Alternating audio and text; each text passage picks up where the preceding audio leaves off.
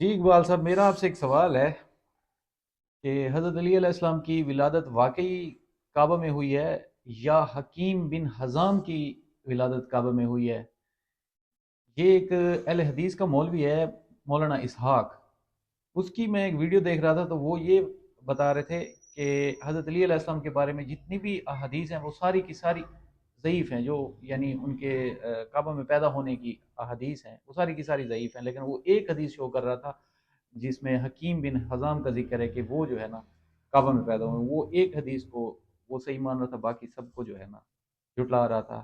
تو اس کی کیا وجہ ہے آخر، یہ کیوں ایسا؟ دیکھیں، حکیم ابن حزام جو ہیں صحابی رسول ہیں جو فتح مکہ کے بعد مسلمان ہوئے تھے. ان کے متعلق جتنی بھی روایات ہیں وہ اصل میں روایات نہیں ہیں. نہ ان کے متعلق کوئی اتھینٹک حدیث ہے، نہ ہی کوئی متفقہ روایت ہے، بلکہ جتنے بھی ہیں وہ علماء کے اقوال ہیں. اور علماء بھی وہ جو تیسری صدی ہجری کے ہیں.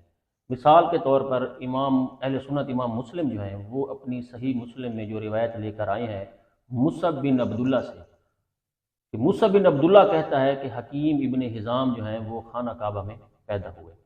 تو یہ مصعب بن عبداللہ کون ہے؟ یہ 236 ہجری میں فوت ہو رہے ہیں، تو اس کا مطلب ہے انہوں نے تیسری صدی ہجری میں زندگی گزاری ہے. تو یہ اپنے سے پہلے 250 سال پہلے یا 300 سال پہلے والا واقعہ کیسے بیان کر سکتے؟ انہوں نے کوئی سند بھی بیان نہیں کی. جس طرح ہوتا ہے سلسلہ سند ہوتا ہے، چین ہوتی ہے راویوں کی، کہ مصعب بن عبداللہ کہے میں نے اپنے والد سے سنا یا اپنے استاد سے سنا، انہوں نے اپنے دادا سے سنا. اس طرح روایت چلتے چلتے کسی صحابی تک پہنچے یا اس دور کے کسی بندے تک پہنچے جو اس دور میں انہوں نے زندگی گزاری ہو 300 سال پہلے. تو یہ تیسری صدی ہجری کا بندہ کیسے فیصلہ کر سکتا ہے کہ حکیم ابن حزام جو خانہ کعبہ میں پیدا ہوا ہے؟ اسی طرح اور جتنی بھی روایات ہیں اس متعلق، جیسے ارزقی ایک عالم گزرے ہیں، انہوں نے ایک روایت نقل کی ہے. اسی طریقے سے زبیر بن بکار نے، اس نے بھی ایک مصعب بن عثمان سے روایت نقل کی ہے. وہ بھی بخاری کے ہم اثر لوگ ہیں یہ سارے. تو یہ کیسے فیصلہ کر سکتے ہیں؟ یا تو یہ اپنی سند بیان کریں، سند بیان نہیں کی انہوں نے. نہیں یعنی آپ یہ ثابت کر سکتے ہیں کہ یہ جس بندے کے ذکر کر رہے ہیں کہ یہ 300 سال بعد پیدا ہوا، یہ کوئی اس کے بارے میں اس کیا؟ کے بارے میں ذہبی نے میزان الاعتدال میں جب ان کا ذکر کیا ہے تو اس میں باقاعدہ لکھا ہے کہ یہ 236 ہجری میں فوت ہو رہا ہے. تو ظاہر سی بات ہے کتنی 50 60 سال 70 سال زندگی ایک بندہ گزارتا ہے. تو اس کا مطلب ہے دوسری صدی ہجری کے آخر میں پیدا ہوئے اور تیسری صدی ہجری کے شروع میں یہ فوت ہو گئے. تو اس کا مطلب یہ تیسری صدی ہجری کے عالم ہے. تو وہ کیسے بیان کر سکتے ہیں اپنے سے 250 300 سال پہلے والا یعنی اس واقعہ؟ کے پیچھے سے کوئی سلسلہ روایت نہیں ملتا. نہیں ملتا. صحیح. اور اگر فرض کریں کوئی ملتا ہے تو اس میں پھر دونوں کا ملتا ہے کہ حضرت علی بھی خانہ کعبہ میں پیدا ہوئے اور حکیم ابن حزام بھی خانہ کعبہ میں پیدا ہوئے. واحد ایک روایت ہے جو حضرت عمر ابن خطاب سے مروی ہے، اس میں بھی دونوں کا ذکر ہے. تو پھر آپ دونوں مانیں. پھر آپ ایک کا مانتے ہیں ایک کا نہیں مانتے. یا تو آپ دو مانیں کہ دو خانہ کعبہ میں پیدا ہوئے، حکیم ابن حزام بھی اور مولا علی بھی. تاریخ بھی ایک ہی ہے جو یہ اس حدیث میں ہے، حکیم ابن حزام والی. تاریخ مطلب؟ مطلب جیسے 13 رجب کو مولا علی علیہ نہیں، السلام اس کی ایک اپنی تاریخ ہے. اس کی تاریخ بھی مینشن نہیں ہے کہ کس دن پیدا ہوئے. صحیح بس صحیح. ایک روایت ہے، اس کو جو ہے نقل در نقل چلاتے آ رہے ہیں. ورنہ 236 ہجری سے پہلے سے یہ روایت ہی نہیں ہے. اور مولا علی بن ابی طالب علیہ الصلوۃ والسلام کی جو خانہ کعبہ میں پیدائش ہے اس کے متعلق اللہ کے رسول صلی اللہ علیہ وآلہ وسلم سے بھی روایات ہیں، آل رسول سے بھی روایات ہیں، اصحاب رسول سے بھی روایات ہیں، تابعین سے بھی روایات ہیں اور تبع تابعین سے بھی روایات ہیں.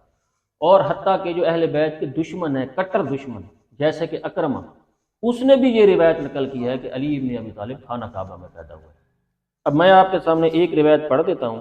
یہ ایک کتاب ہے کفایت الطالب فی مناقب علی بن ابی طالب. یہ اہل سنت عالم ہیں اور شافعی مسلک رکھتے تھے. محمد بن یوسف الکنجی الشافعی. تو یہ لکھنے والا بھی اہل سنت ہے، اس کتاب کا ترجمہ کرنے والا بھی اہل سنت ہے، اور اس کتاب کو پبلش اور پرنٹ کرنے والے جو ہیں وہ بھی اہل سنت ہے. زاویہ پبلشرز نے اس کتاب کو چھاپا ہے.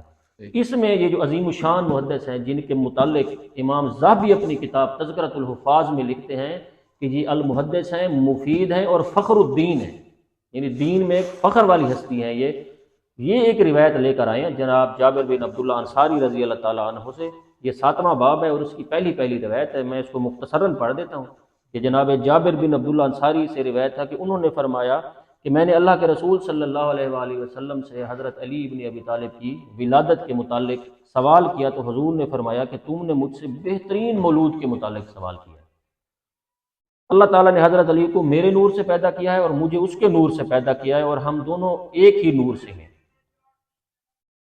تو پھر اللہ کے رسول صلی اللہ علیہ وآلہ وسلم، یہ میں کچھ الفاظ چھوڑ رہا ہوں تاکہ روایت زیادہ لمبی نہ ہو جائے، تو حضور فرماتے ہیں کہ ہمارے زمانے میں ایک زاہد شخص تھا، تو اس نے جو ہے 200 سال اللہ رب العزت کی عبادت کی تھی۔ تو ایک دن جناب ابو طالب جب اس کے پاس جاتے ہیں تو وہ حضرت ابو طالب کو دیکھ کر کھڑے ہو جاتے ہیں اور حضرت ابو طالب کا ماتھا چوم لیتے ہیں۔ انہیں حضرت ابو طالب کے اندر کوئی ایسا نور نظر آیا، تو وہ پھر انہیں کہتے ہیں کہ میں آپ کو ایک بشارت دیتا ہوں کہ آپ کے ہاں ایک ولی خدا کی پیدائش ہو، آپ کے ہاں ایک بیٹا ہوگا جو اللہ تعالیٰ کا ولی ہوگا۔ تو پھر اللہ کے رسول صلی اللہ علیہ وآلہ وسلم فرماتے ہیں کہ جس شب حضرت علی ابن ابی طالب کی ولادت باسعادت ہوئی، اسی رات زمین جگمگا اٹھی، نور سے جگمگا اٹھی، اور جناب ابو طالب باہر نکلے اور فرما رہے تھے کہ اے لوگو، کعبہ معظمہ میں اللہ تعالیٰ کا ولی پیدا ہوا ہے۔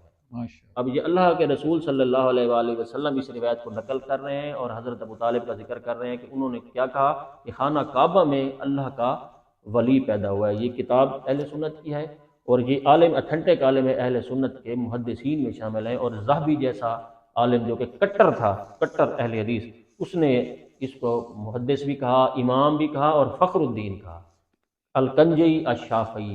اسی طریقے سے آل رسول صلی اللہ علیہ وآلہ وسلم سے بھی روایات مروی ہیں، جیسے کہ ابن مغازلی شافعی نے اپنی کتاب مناقب علی میں روایت نقل کی ہے کہ حضرت امام سجاد علیہ الصلوۃ والسلام جو ہے وہ اپنے والد محترم جناب امام حسین علیہ الصلوۃ والسلام کے ساتھ زیارت رسول صلی اللہ علیہ وآلہ وسلم کے لیے تشریف لے گئے، تو وہاں پر عورتیں بھی موجود تھیں، تو وہاں پر ایک عورت بیٹھی تھی، قبیلہ بنی سادہ سے تھی، تو جناب امام زین العابدین نے ان سے فرمایا کہ آپ کے پاس کیا کوئی روایت ہے جو آپ ہمارے لیے نقل کریں؟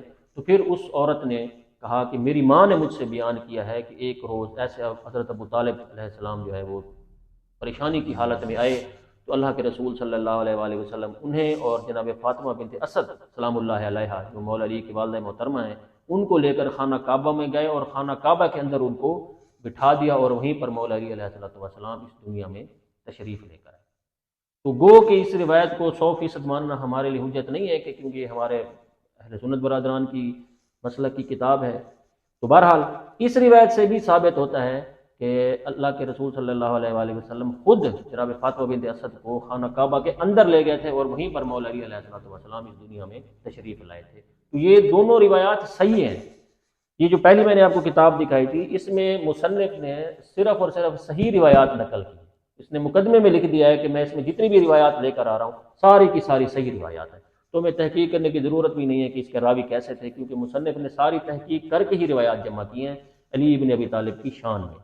اور اسی اہل طریقے سنت سے بھائیوں کا اس پہ اجماع ہے اس کتاب پہ، یا یہ کہتے ہیں کہ یہ دیکھیں کسی جو جہل اہل لکھی بیت سے ہوئی؟ محبت کرنے والے ہیں وہ تو اس کتاب کو مانتے ہیں، باقی جو جن کا کام ہی شک کو کرنا ہو، شکوک و شبہات پھیلانا ہو، ان کے متعلق ہم کچھ کہہ نہیں سکتے۔ ورنہ یہ دیکھیں، یہ بھی تو ترجمہ کرنے والے بھی اہل سنت علماء ہیں، چھاپنے والے بھی اہل سنت ادارے ہیں، آخر یہ اس پر ایمان اور عقیدہ ان کا ہے اس متعلق، انہوں نے یہ چھاپی ہے، اور اس میں انہوں نے کوئی کیڑا بھی نہیں نکالا، کسی روایت پر جرح بھی نہیں کی۔ جو مترجم ہے، جو محقق ہے، اس نے ساری روایات کو ایز اٹ از تسلیم کیا ہے کہ واقعی یہ ساری روایات